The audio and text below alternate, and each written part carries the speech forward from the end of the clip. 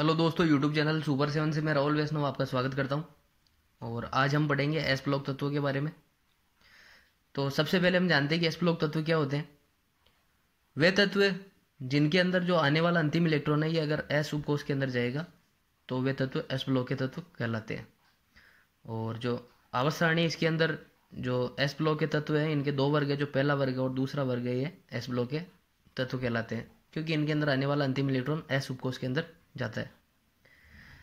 S block तत्व आधुनिक आवर्त सारणी में प्रथम दो खड़े स्थानों के अंदर स्थित है और एस ब्लॉक में अधिकतम दो इलेक्ट्रॉन होते हैं। जो दोनों इलेक्ट्रॉन होंगे वो एक दूसरे के विपरीत चक्रण में होंगे। अतः एस ब्लॉक तत्वों में केवल दो ही वर्ग फर्स्ट एंड सेकंड आते हैं। इसी प्रकार से जो डी ब्लॉक है उसके अंदर 10 इलेक्ट्रॉन आते हैं, तो इनके 10 वर्ग। और जो पी ब्लॉक है उसके अंदर जो पी कक्षक होता है उसमें 6 इलेक्ट्रॉन आ सकते हैं, तो इसके 6 स्तंभ है। और इसी प्रकार से जो एफ ब्लॉक है, एफ ब्लॉक में जो है तत्व वो 14 वर्गों के अंदर आते हैं। जो प्रथम वर्ग के तत्व है lithium, potassium, calcium, rubidium, caesium और फ्रांसियम, ये प्रथम वर्ग के तत्व कहलाते हैं। जो पहला वर्ग है उसके अंदर ये जो 6 तत्व है ये आते हैं। और प्रथम वर्ग के तत्वों को सार धातु के रूप में जाना जाता है क्योंकि ये तत्व जल के साथ अभिक्रिया करके सारी प्रकृति के जो हाइड्रोक्साइड है ये बनाते रहते हैं। प्रथम वर्ग के तत्वों को सार धातु कहा जाता है। जैसे कि सोडियम है, ये जल से क्रिया करेगा तो सोडियम हाइड्रोक्साइड बनाएगा जिसकी प्रकृति सारी होती है, अतः इनको सारीय धातु कहते हैं। अब द्वितीय वर्ग के तत्व ये beryllium, magnesium, calcium, strontium, barium और रेडियम, ये तत्व है, ये द्वितीय वर्ग के तत्व कहलाते हैं। बेरिलियम के अतिरिक्त शेष तत्व सारीय मृदा धातु के नाम से जाने जाते हैं। चूंकि इनके जो ऑक्साइड और हाइड्रोक्साइड है इनकी प्रकृति सारी होती है और ये ऑक्साइड भूपर्मटी का अर्थ है पृथ्वी की सतह पर पतली चट्टानी सतह, इनके रूप में पाए जाते हैं। अतः इन्हें सारीय मृदा धातु कहते हैं क्योंकि इनकी प्रकृति सारी है और ये भूपर्मटी में पाए जाते हैं, तो इसे मृदा धातुएं, सारी मृदा धातुएं कहते हैं। सार धातु के अंदर अगर हम उपलब्धता के अंदर देखें, मतलब जो प्रथम वर्ग है उसमें, तो सोडियम और जो पोटेशियम है ये तो प्रचुर मात्रा में मिलते हैं, जबकि जो लिथियम है, रुबिडियम, सीजियम है ये इनकी मात्रा में कम होते हैं। जबकि जो फ्रेंशियम है ये रेडियो एक्टिव तत्व होता है, अतः जो ये इसका रेडियो एक्टिव से होता है। जो फ्रांसियम की अधिकतम आयु वाले समस्थानिक है फ्रांसियम 223, इसकी अर्धायु 21 मिनट है। और सारी मृदा धातुओं की जो भूपर्पटी में जो उपस्थिति के आधार पर हम देखें तो कैल्शियम और मैग्नीशियम का स्थान क्रमशः 5वां और 6वां स्थान है। और स्ट्रोंशियम और बेरियम की उपलब्धता ये बहुत कम होती है। जबकि जो बेरिलियम है ये एक दुर्लभ धातु है। रेडियम की मात्रा आग्नेयशैल है। आग्नेयशैल वे होती है जो पिघली हुई चट्टान के शीतलन से बनी कठोर चट्टान होती है। इस प्रकार की चट्टानों को हम आग्नेयशैल कहते हैं। इनके अंदर इनकी मात्रा बहुत ही कम यानी 10⁻⁻10% होती है। एक संयोजी पोटेशियम और जो सोडियम है आयन, यानी जो एक इलेक्ट्रॉन त्याग कर जो धनायन बनाने में एक संयोजी, और जो 2 इलेक्ट्रॉन त्याग कर जो धनायन बनाते हैं द्विसंयोजी Mg2+ और Ca2+ बनाते हैं। ये आयन जैव तरलों में बहुत अधिक मात्रा में पाए जाते हैं और ये आयन जैवीय अभिक्रिया जैसे आयन संतुलन और शिरा आवेग संचरण आदि में महत्वपूर्ण भूमिका निभाते हैं। अब हम वर्ग जो फर्स्ट वर्ग ग्रुप है इसके तत्वों के बारे में पढ़ेंगे, इनके भौतिक गुणों और रासायनिक गुणों के बारे में। वर्ग 1 के अंदर कुल जो तत्व है उनकी संख्या 6 है और वर्ग फर्स्ट के तत्वों को हम सारी धातु कहते हैं क्योंकि इनके जो हाइड्रोक्साइड होते हैं ये सारी प्रकृति के होते हैं। और वर्ग 1 के तत्वों को S1 ब्लॉक तत्व कहते हैं। और सार धातु के रासायनिक एवं भौतिक गुणों में परमाणु क्रमांक के साथ एक नियमित प्रवृत्ति पाई जाती है, यानी जिस प्रकार से परमाणु क्रमांक बढ़ेगा एक जो निश्चित प्रवृत्ति इसके अंदर पाई जाती है रासायनिक गुणों और भौतिक गुणों में। ये मुलायम, विद्युत के सुचालक और धात्विक प्रकृति के होते हैं, यानी इनमें जो सारी जो ये मेटलिक होते हैं और विद्युत के सुचालक और मुलायम होते हैं। और इनका जो सामान्य इलेक्ट्रॉनिक विन्यास है NS1 से लिखते हैं। जैसे जो लिथियम है इसके अंदर लिथियम है, N का मान 1 मुख्य क्वांटम संख्या यानी 1s1 होता है। इसी प्रकार से आगे बढ़ेगा। अब हम पढ़ेंगे सारीय धातुएं, इनके जो भौतिक गुण हैं उनके बारे में। इनमें सबसे पहला है परमाणु तथा आयनी त्रिज्या। जो वर्ग एक के तत्व होते हैं उनकी परमाणु त्रिज्या अपने आवर्त में सर्वाधिक होती है, क्योंकि जैसे जैसे हम आवर्त में बाएं से दाएं जाते हैं तो नाभिक के आवेश के अंदर वृद्धि होती है, जिसके कारण जो आकार है परमाणु का ये घटने लगता है। अतः जो वर्ग एक है इनके तत्वों की परमाणु त्रिज्या होती है सर्वाधिक होती है। और जब हम वर्ग में ऊपर से नीचे जाते हैं तो एक नया कोष जुड़ने लगता है, जिसके कारण ये जो नाभिक के आवेश में कमी होती है और परमाणु आकार बढ़ता है। अतः जो वर्ग एक में ऊपर से नीचे जाने पर प्रत्येक तत्व में एक नई कक्षा के जुड़ने के कारण इनका आकार लगातार बढ़ता रहता है। वर्ग एक के तत्वों के आकार का क्रम निम्न प्रकार से है। सबसे कम लिथियम का, फिर ऐसे बढ़ता जाएगा सीजियम तक, lithium, sodium, potassium, rubidium, caesium, इस प्रकार से निरंतर बढ़ता रहता है। अब है आयनिक त्रिज्या। आयनिक त्रिज्या का मतलब है आयन बनाने के बाद जो बनती त्रिज्या वो आयनिक त्रिज्या। इन जो प्रथम वर्ग के तत्व है ये एक इलेक्ट्रॉन त्याग कर आयन का निर्माण करते हैं। तो इनके अंदर देखते हैं तो एक जो कोष है इसकी कमी हो जाती है, जिसके कारण इनकी त्रिज्या परमाणु त्रिज्या से थोड़ी कम होती है। जो लिथियम का जो ये धनायन दी हुई है और इनकी आयनिक त्रिज्या दी हुई है, जो Li+ है, सोडियम प्लस है, ये K+, Rb+, CS+, इनमें हम देखते हैं तो ऊपर से नीचे जाने पर आयनिक त्रिज्या का मान बढ़ता है। जो ये आयनिक त्रिज्या होती है थोड़ी सी परमाणु त्रिज्या से कम होती है। धनायन की त्रिज्या हमेशा परमाणु त्रिज्या से कम होती है। इसके दो कारण हैं। इनमें पहला तो है जो इलेक्ट्रॉन का जो बाह्यतम कोष होता है ये बिल्कुल समाप्त हो जाता है। जैसे कि सोडियम है, सोडियम के अंदर 3 कोष होते हैं, तो इनमें एक इलेक्ट्रॉन त्यागने पर सिर्फ जो पहला कोष है और दूसरा कोष है यही बचेंगे। अतः जो इसका आकार है ये थोड़ा कम हो जाता है।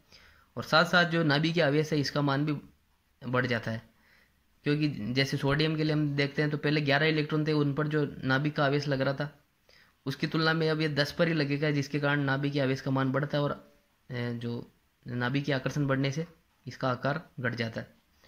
और वर्ग एक के तत्व के धनायन का आकार सेकंड वर्ग के तत्व के धनायन की अपेक्षा थोड़ा अधिक होता है।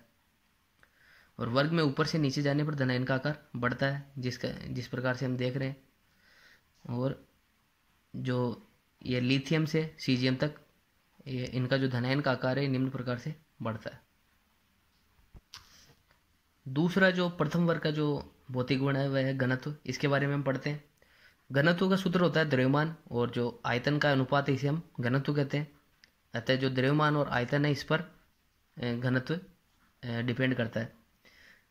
जो वर्ग एक के तत्व है इनका घनत्व आवर्त सारणी में सबसे कम होता है, क्योंकि इनका आयतन तो अधिक होता है और भार कम होता है। अतः जो जिसका भार बढ़ेगा और आयतन घटेगा तो उसका घनत्व बढ़ेगा, लेकिन इनका आयतन अधिक होता है और भार कम होता है, अतः इनका जो घनत्व है ये आवर्त सारणी के अंदर सबसे कम होता है। और कम घनत्व के कारण वर्ग एक के तत्व हल्के होते हैं। लिथियम है, सोडियम और पोटेशियम है पानी से भी हल्के होते हैं। और सेकंड वर्ग के तत्व है ये सारी धातुओं की अपेक्षा में थोड़े ज़्यादा घनत्व वाले होते हैं। और जब हम वर्ग में ऊपर से नीचे जाते हैं तो भार के अंदर वृद्धि होने के कारण जो इनका जो घनत्व है ये भी बढ़ता है। जब हम पोटेशियम और इनमें जो इनका क्रम देखते हैं जैसे कि लिथियम से सीजियम तक, तब ये निरंतर बढ़ता है। लेकिन पोटेशियम और ये जो सोडियम है इनके अंदर जो पोटेशियम का जो घनत्व होता है सोडियम से कम होता है, क्योंकि जो पोटेशियम है इनके अंदर जो रिक्त डी कक्षक होते हैं, जिसके कारण इसका आयतन है ये सोडियम से दुगुना हो जाता है। और आयतन बढ़ने के कारण जो घनत्व है इसका मान घट जाता है। अतः यहाँ पर ये जो इनका जो क्रम है घनत्व का, इसके अंदर सोडियम और पोटेशियम में ध्यान रखने की जरूरत पड़ती है कि जो पोटेशियम का जो घनत्व होता है सोडियम से कम होता है। अगला जो इनका भौतिक गुणधर्म है यह गलनांक और क्वथनांक। गलनांक और क्वथनांक है इनके मान धात्विक बंध की सामर्थ्य पर डिपेंड करते हैं। और जो धात्विक बंध की सामर्थ्य होती है ये नाभिक के आवेश पर डिपेंड करती है। जब हम आवर्त में बाएं से दाएं जाते हैं तो नाभिक के आवेश का मान बढ़ता है, जिससे धात्विक बंध की जो सामर्थ्य है यह भी बढ़ती है। अतः बाएं से दाएं जाने पर गलनांक क्वथनांक के मान बढ़ते हैं। वर्ग एक के तत्वों के गलनांक धात्विक बंध दुर्बल होने के कारण इनके गलनांक कम होते हैं। और वर्ग में ऊपर से नीचे चलते हैं तो आकार में बढ़ते रहने के कारण धात्विक बंध की प्रबलता घटती है, और जिसके कारण जो ऊपर से नीचे जाते हैं तो गलनांक और क्वथनांक में कमी आती है। जो प्रथम वर्ग है इसके अंदर जो सब सर्वाधिक जो जिसका गलनांक क्वथनांक है ये लिथियम का है और ये निरंतर सीजियम तक इनके मान घटते जाते हैं। चौथा जो भौतिक गुणधर्म है ये आयनन एंथैल्पी। जो आयनन एंथैल्पी है ये भी जो प्रभावी नाभिक की आवेश है इस पर डिपेंड करती है। जब हम आवर्त में बाएं से दाएं जाते हैं तो नाभिक की आवेश का मान बढ़ता है, जिससे कि आयनन एंथैल्पी है इसका मान जो ये भी बढ़ता है प्रभावी नाभिक की आवेश बढ़ने के साथ। आयनन एंथैल्पी का मतलब है कि आयन बनाने के अंदर जो ऊर्जा की आवश्यकता होती है उससे आयनन एंथैल्पी कहते हैं। वर्ग में लिथियम से सीजियम की ओर जाने पर आयनन एंथैल्पी का मान कम होता है क्योंकि परमाणु का आकार बढ़ता है और ये जो कोश है ये नाभिक से बहुत दूर होने लगते हैं, जिससे कि इन पर जो नाभिक का जो प्रभाव है ये कम होने लगता है और ये आसानी से इलेक्ट्रॉन को त्याग कर देते हैं। अतः इनके अंदर जो आयन बनाने में आसानी होने लगती है, जिससे कि आयनन एंथैल्पी का मान कम होता है। जबकि हम आवर्त में बाएं से दाएं जाते हैं तो प्रभावी नाभिक की आवेश बढ़ने से आसानी से इलेक्ट्रॉन त्याग नहीं होता है, जिसके कारण अधिक ऊर्जा की आवश्यकता होती है और आयनन एंथैल्पी का मान बढ़ता है। जबकि ऊपर से नीचे जाने पर आयनन एंथैल्पी का मान कम होता है। और कम आयनन ऊर्जा के फलस्वरूप क्षार धातुएं प्रबल विद्युत ध्वनि होती है। जैसे जैसे वर्ग में नीचे जाने पर इलेक्ट्रॉन त्यागने की प्रवृत्ति बढ़ती है और विद्युत ध्वनि प्रकृति भी बढ़ती है। यानी कि जो विद्युत ध्वनि प्रकृति का मतलब है इलेक्ट्रॉन त्यागने की प्रवृत्ति, और ये आसानी से इलेक्ट्रॉन त्यागने लगते हैं, जिसके कारण इनकी विद्युत ध्वनि प्रकृति ये भी बढ़ती है। और जो क्षार धातुओं की जो द्वितीय आयनन एंथैल्पी है इसका मान बहुत उच्च होता है, क्योंकि एक बार जो ये इलेक्ट्रॉन का त्याग करते हैं तो ये M+ आयन बनाते हैं, जिससे इनका जो स्थायी विन्यास होता है NH2NP6 इसे ग्रहण कर लेते हैं, जिसे ये खोना नहीं चाहते, जिसके कारण इसका जो द्वितीय आयनन एंथैल्पी है इसका मान बढ़ जाता है। और M+ आयन का आकार नाभिक के आवेश में वृद्धि के कारण छोटा हो जाता है, जिससे कि आसानी से इलेक्ट्रॉन त्यागता नहीं है और द्वितीय आयनन एंथैल्पी है इसका मान बढ़ता है। और वर्ग 1 के तत्वों की आयनन एंथैल्पी इनका मान निम्न क्रम में होता है। लिथियम का सर्वाधिक ऊपर से नीचे जाने पर आयनन एंथैल्पी है इनका मान घटता है। अगला जो इनका जो भौतिक गुणधर्म है यह है ज्वाला परीक्षण। ज्वाला के रंग की तीव्रता विद्युत फोटोविद्युत सेल द्वारा नापी जाती है, जो कि धातु की सांद्रता पर निर्भर करती है और क्षार धातु को परमाणु जो अवशोषण स्पेक्ट्रोमिति है इसके द्वारा भी पहचाना जाता है। अब ये जो ज्वाला किस प्रकार से प्रदर्शित करती है देखते हैं। कम आयनन ऊर्जा के कारण क्षार धातुओं के बाह्य इलेक्ट्रॉन आसानी से उत्तेजित होकर उच्च ऊर्जा स्तर में चले जाते हैं, और जब ये इलेक्ट्रॉन पुनः अपनी तलस अवस्था में लौटते हैं तो ऊर्जा का उत्सर्जन करते हैं, जिसकी जो तरंग दैर्घ्य है ये दृश्य क्षेत्र की होती है, जिसके कारण ये ज्वाला को रंग प्रदान करते हैं। यहाँ पर जो विभिन्न धातुएं प्रथम वर्ग की lithium, sodium, potassium, rubidium, caesium, इनके जो ज्वाला के रंग है ये निम्न प्रकार से दिए हुए हैं, और इनकी जो ये तरंग दैर्घ्य है ये निम्न प्रकार से यहाँ पर है। छठा इनका जो भौतिक गुणधर्म है ये प्रकाश विद्युत प्रभाव। दृश्य प्रकाश के धातु सतह से टकराने पर इलेक्ट्रॉन के उत्सर्जन की घटना को प्रकाश विद्युत प्रभाव कहते हैं। और इनकी कम आयनन ऊर्जा होने के कारण प्रथम वर्ग के तत्वों में जो पोटेशियम और जो सीजियम है इनका उपयोग प्रकाश विद्युत सेल में इलेक्ट्रोड के रूप में किया जाता है, क्योंकि आसानी से इलेक्ट्रॉन का त्याग कर देते हैं। अगला जो इनका भौतिक गुणधर्म है यह है अपचय गुण। क्षार धातुओं के जो अपचयन विभव है इनके मान कम होते हैं, क्योंकि इलेक्ट्रॉन त्यागने की प्रवृत्ति इनमें अधिक होती है, आसानी से इलेक्ट्रॉन को त्याग करते हैं। सोडियम से सीजियम तक अपचयिक प्रवृत्ति इनकी बढ़ती जाती है, और जो लिथियम है इसकी आयनन ऊर्जा उच्च होने के बावजूद भी ये एक अच्छे प्रबल अपचयक के रूप में लिथियम काम आता है। जो लिथियम प्लस आयन है इसका आकार छोटा होता है, और इसके कारण इसकी जो जल योजन ऊर्जा है इसका मान भी सर्वाधिक होता है। जब हम जल योजन ऊर्जा का मान देखते हैं तो लिथियम का सर्वाधिक और निम्न प्रकार से सीजियम तक घटता जाता है। अब है क्षार धातुओं के रासायनिक गुण। क्षार धातुओं के बड़े आकार और कम आयनन ऊर्जा व न्यूनतम परमाणुकरण ऊर्जा के कारण ये अत्यंत क्रियाशील होते हैं, क्योंकि आसानी से इलेक्ट्रॉन त्यागते हैं और ये अपनी क्रियाशीलता प्रदर्शित करते हैं। ये आवर्त सारणी में सर्वाधिक क्रियाशील है। वर्ग में ऊपर से नीचे जाने पर इनकी क्रियाशीलता बढ़ती जाती है, क्योंकि ये आसानी से इलेक्ट्रॉन का त्याग करते हैं। अब इनमें सबसे पहले ऑक्सीजन के साथ क्रियाशीलता। वर्ग 1 के तत्व सेकंड वर्ग के तत्वों की अपेक्षा अधिक क्रियाशील होते हैं। वर्ग 1 के तत्व सेकंड वर्ग की अपेक्षा ऑक्सीजन से बहुत अधिक बंधुता रखते हैं। ये हम निम्न प्रकार से देखते हैं। एक क्षार धातु की ताज़ा कटी हुई सतह पर वायु में तुरंत एक सफ़ेद परत बन जाती है और ये सतह होती है पेरोक्साइड बनने के कारण बनती है। जो ऑक्साइड है ये M2O नमी से अभिक्रिया करके हाइड्रोक्साइड बनाते हैं, जो वातावरण की CO2 से अभिक्रिया करके कार्बोनेट में बदलता है, जिसकी अभिक्रिया हम निम्न प्रकार से देखते हैं। जो धातु है ये ऑक्सीजन से क्रिया करके इनके ऑक्साइड बनाएंगे, धात्विक ऑक्साइड, और ये जब वातावरण की नमी है इससे अभिक्रिया करेंगे तो इनके धात्विक हाइड्रोक्साइड बनेंगे। और जब ये धात्विक हाइड्रोक्साइड जो वातावरण की कार्बन डाइऑक्साइड से इससे अभिक्रिया करते हैं तो ये कार्बोनेट, धात्विक कार्बोनेट बनाते हैं। इसलिए जो क्षार धातुओं की वायु से अभिक्रिया इनको रोकने के लिए हम क्षार धातु इनको केरोसिन या फिर द्रव पैराफिन में इनको रखते हैं। दूसरा इनका रासायनिक गुण है ये जल के साथ क्रिया। क्षार धातुएं जल और अन्य अम्लीय जो अम्लीय हाइड्रोजन परमाणु है युक्त जो यौगिक होते हैं, जैसे अल्कोहल है, गैसीय अमोनिया, एल्काइन है, इनके साथ क्रिया करके हमेशा हाइड्रोजन मुक्त करती है। जो धातु है इनकी हम जल, अम्ल और एल्काइन से इनकी अभिक्रिया देखते हैं तो इनमें हमेशा हाइड्रोजन मुक्त होती है। जैसे जो सोडियम है धातु प्रथम वर्ग की, इसकी जल से अभिक्रिया देखते हैं तो ये सोडियम हाइड्रोक्साइड बनाता है और गैस मुक्त करता है। उसी प्रकार ये सोडियम जो हेलो अम्ल है इनसे अभिक्रिया करता है तो सोडियम के साथ जो इनके जो हेलोजन ये जुड़ता है यहाँ पे रक्स और ये हाइड्रोजन गैस मुक्त करता है। इसी प्रकार से एल्काइन है ये अभिक्रिया करके हाइड्रोजन मुक्त करता है और सोडियम एसिटिलाइड बनाता है। और वर्ग में लिथियम से सीजियम तक नीचे जाने पर धन विद्युतीय गुण बढ़ने के कारण इनकी जल के साथ ये क्रियाशीलता है ये भी बढ़ती जाती है। चौथा जो इनका रासायनिक गुणधर्म है ये हेलोजन के साथ क्रिया। क्षार धातु ये हेलोजन के साथ तीव्रता से अभिक्रिया करके M+X- प्रकार की हेलाइड बनाती है। ये हम अभिक्रिया देखते हैं तो यहाँ पर कोई भी है प्रथम वर्ग का जो कोई धात्विक तत्व है ये 2M+X2 2Mx यानी M+X- प्रकार के ये आयनिक जो धात्विक हेलाइड है इनको बनाता है। अधिकांशतः क्षार धातु हेलाइड आयनिक होते हैं। इन हेलाइडों का आयनिक या सहसंयोजक होना धनायन की ध्रुवण क्षमता या ऋणायन की ध्रुवता पर निर्भर करता है।